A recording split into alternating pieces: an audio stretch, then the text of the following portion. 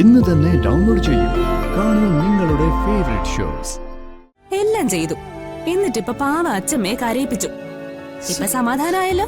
എടി എടി ഞാനത് മനഃപൂർവ്വം പറഞ്ഞല്ല. നീ ഒന്ന് അമ്മയുടെ അടുത്തേക്ക് ചെന്നേ, ഒന്ന് ചെന്നേ. മീരേച്ചിക്ക് ഷെയർ കിട്ടിയ പണമെല്ലാം ഞങ്ങളുടെ ഓരോ കാര്യത്തിനു വേണ്ടിയാ ചെലവാക്കിയത്. ഇപ്പോ ഇതും എത്ര നന്ദി പറഞ്ഞാലും തീരില്ലെന്നറിയാം. സന്ദീപേ, നിന്റെ നന്ദിയെ മടക്കി നീ പോക്കറ്റിൽ തന്നെ വെച്ചോ. ഇത് എന്റെ വീടാ, നമ്മുടെ കുടുംബ. നിങ്ങളൊക്കെ ഉണ്ടെങ്കിലേ എനിക്കെല്ലാം ഉള്ളൂ. ഇല്ലെങ്കിൽ എനിക്കൊന്നുമില്ല, ഞാനുമില്ല. എന്നാലും ആവണിയുടെ പഠിപ്പിന് വേണ്ടി മാറ്റി വെച്ചിരുന്ന പണമല്ലേ? പഠിപ്പല്ലേ, അതൊക്കെ നടന്നോളും. എഡ്യൂക്കേഷൻ ലോണൊക്കെ കിട്ടുമല്ലോ ഇപ്പോ. പിന്നെ നമ്മൾ എന്തൊക്കെ കരുതി വെച്ചാലും അവളുടെ തലയിൽ എഴുതി വെച്ചതുപോലെയല്ലേ നടക്കൂ. ഈ പണം കൊണ്ട് ലോനപ്പെട്ടന്റെ മോളുടെ കല്യാണം നടക്കാനാ ദൈവം തീരുമാനിച്ചത്. മോള്, നീയാണ് ശരിക്കും ഈ വീടിന്റെ ഐശ്വര്യം. വേണ്ട, ഇങ്ങനെ പറഞ്ഞേ എന്റെ പടം ചില്ലിട്ട് വെക്കാനൊന്നും നോക്കണ്ട. അമ്മയുടെ ഐഡിയ എനിക്ക് മനസ്സിലായേ. നീ പോടി എവിടുന്ന്. നീ എന്റെ മുത്തല്ലേ. അതെ, എനിക്ക് അടുക്കളയിൽ കുറച്ച് ജോലിയുണ്ടേ, ഞാൻ അങ്ങോട്ട് ചെല്ലട്ടെ.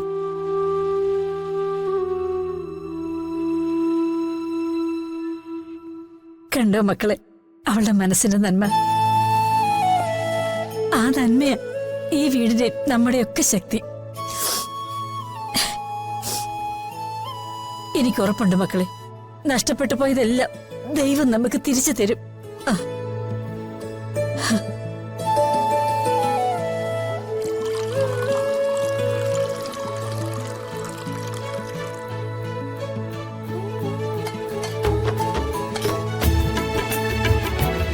അമ്മേ,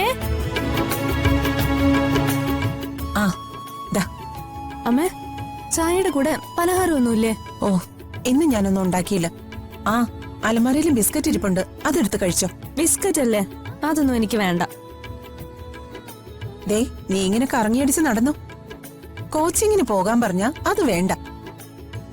ഇപ്പൊ കയ്യിലിരുന്ന കാശും തീർന്നു. അങ്ങനെ കുടുംബസ്വത്തിന്റെ ഓഹരിയും സ്വാഹ. അത് നന്നായി. അതുകൊണ്ട് ലോലപ്പൻ ചേട്ടന്റെ മോളുടെ കല്യാണം നടക്കുമല്ലോ. ദേവണ്ണേ, നീ വെറുതെ എന്നെ ദേഷ്യം പിടിപ്പിക്കരുത്, പറഞ്ഞേക്കാം. ഇന്ന് അത്രയെങ്കിലും പണം കൊടുത്തില്ലായിരുന്നെങ്കിൽ അയാൾ ഈ വീടിന്റെ മുറ്റത്ത് വിഷം കുടിച്ച് ആത്മഹത്യ ചെയ്ത് കിടന്നേന്. നിനക്കറിയോ അത്? അതുകൊണ്ടല്ലേ ഞാൻ പറഞ്ഞത് അത് നന്നായി എന്ന്. സൗഭാഗ്യങ്ങളുടെ മുകളിൽ ഇരുന്നവരാ ഇപ്പൊ ദാരിദ്ര്യത്തിൽ ജീവിക്കുന്നത്. ആ കേസ് ഒന്ന് ജയിച്ചിരുന്നെങ്കിൽ എല്ലാം തിരിച്ചു കിട്ടുമായിരുന്നു. അതൊന്നും നേരെ ചൊവ്വേ നടത്താൻ ഇവിടെ ആർക്കും നേരെയില്ലല്ലോ. സച്ചിയാണെങ്കിൽ ഭ്രാന്ത് പിടിച്ച് അർച്ചനയുടെ കാര്യം അന്വേഷിച്ച് നടപ്പാ. കേസിന്റെ കാര്യം എന്തായെന്ന് ചോദിക്കാറ് പോലുമില്ല. ഏതായാലും എന്റെ പണപ്പെട്ടി പൂട്ടി. ഇനി എല്ലാവർക്കും കൂടി മേലോട്ട് മാനവും നോക്കിയിരിക്കും. അമ്മ, പണം കൊടുത്തതിലുള്ള വിഷമം കൊണ്ടല്ല അമ്മ ഇങ്ങനെയൊക്കെ പറയുന്നതെന്ന് എനിക്കറിയാം. എന്റെ സിവിൽ സർവീസിന്റെ കാര്യമല്ലേ, അത് ഓർത്തിട്ടാണെങ്കിൽ അമ്മ പേടിക്കണ്ട. ഞാൻ നന്നായിട്ട് പഠിക്കുന്നുണ്ട്, പകലില്ലാതെ കഷ്ടപ്പെടുന്നുമുണ്ട്. എനിക്കത് കിട്ടും. കിട്ടിയാ മതി. അമ്മ, സച്ചി അങ്കിൾ ഒരു ദിവസം അർച്ചന ആന്റിയെ കണ്ടെത്തും, എനിക്ക് ഉറപ്പാ. ഇപ്പൊ എല്ലാവർക്കും സച്ചി അങ്കിൾ ഒരു കോമാളിയാ. ആരും ആക്കിയതൊന്നും അല്ലല്ലോ, തന്നെത്താനെ അങ്ങനെ ആയതല്ലേ. പക്ഷെ അമ്മ, എനിക്കറിയാം, സ്വന്തം ഭാര്യയെ ഇതുപോലെ ജീവന തുല്യം സ്നേഹിക്കുന്ന ഒരു പുരുഷൻ ഈ ലോകത്ത് വേറെ ആരും കാണില്ല. ദൈവം അവരെ ഒരുമിപ്പിച്ചു, ഇനിയും ഒരുമിച്ച് ചേർക്കുകയും ചെയ്യും. അതോടെ നഷ്ടപ്പെട്ട ജീവിതവും കുടുംബവും സ്വത്തും എല്ലാവർക്കും തിരിച്ചു കിട്ടും. അവളും കുഞ്ഞും ഇപ്പൊ എവിടെയെങ്കിലും സുഖമായിട്ട് ജീവിക്കുന്നുണ്ടാവും. ജീവിക്കട്ടെ. ബാക്കിയുള്ളവർക്കാണല്ലോ ഇവിടെ കഷ്ടപ്പാട്.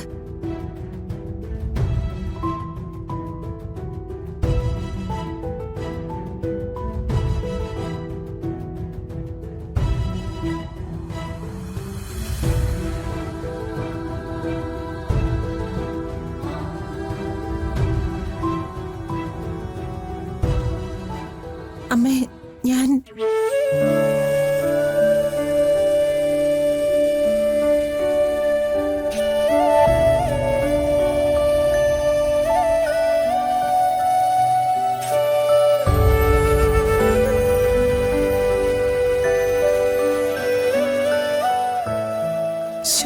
വൈകുന്നേരം വരെ വെള്ളം കോരും. എന്നിട്ട് വൈകിട്ടാക്കുടം താഴെയിട്ട് പൊട്ടിക്കും. പണ്ടത്തൊരു പഴഞ്ചൊല്ല് പുസ്തകത്തിൽ നിന്ന് വായിച്ചതാ. അമ്മയുടെ സ്വഭാവം ഏതാണ്ട് അതുപോലെയാ. എല്ലാം ചെയ്തു. എന്നിട്ടിപ്പൊ പാവ അച്ഛമ്മയെ കരയിപ്പിച്ചു. ഇപ്പൊ സമാധാനായല്ലോ. എടി എടി ഞാനത് മനഃപൂർവ്വം പറഞ്ഞല്ല. നീ ഒന്ന് അമ്മയുടെ അടുത്തേക്ക് ചെന്നേ. ഒന്ന് ചെന്നേ. ചെല്ലേ.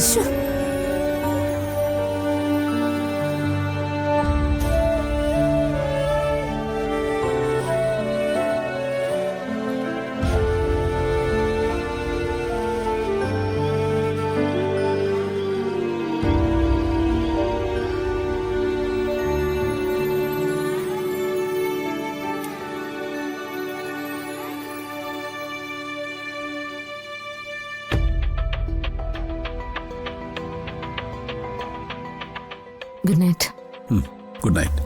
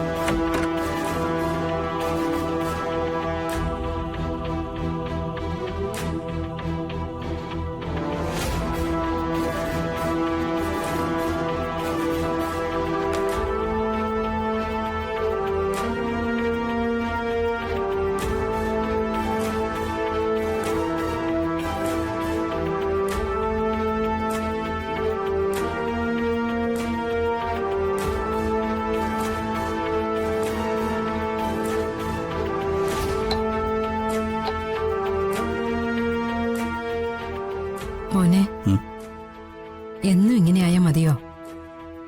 എന്താ മേ? ഒറ്റയ്ക്കുള്ള ജീവിതം അവസാനിപ്പിക്കാൻ സമയമായില്ലെന്നാ ഞാൻ ചോദിച്ചത്.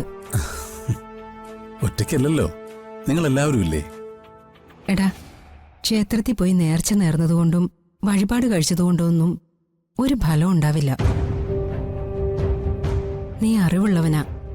ഞാൻ പറയാതെ തന്നെ എന്റെ മനസ്സിലുള്ളത് എന്താണെന്ന് നിനക്ക് മനസ്സിലാക്കാൻ പറ്റും.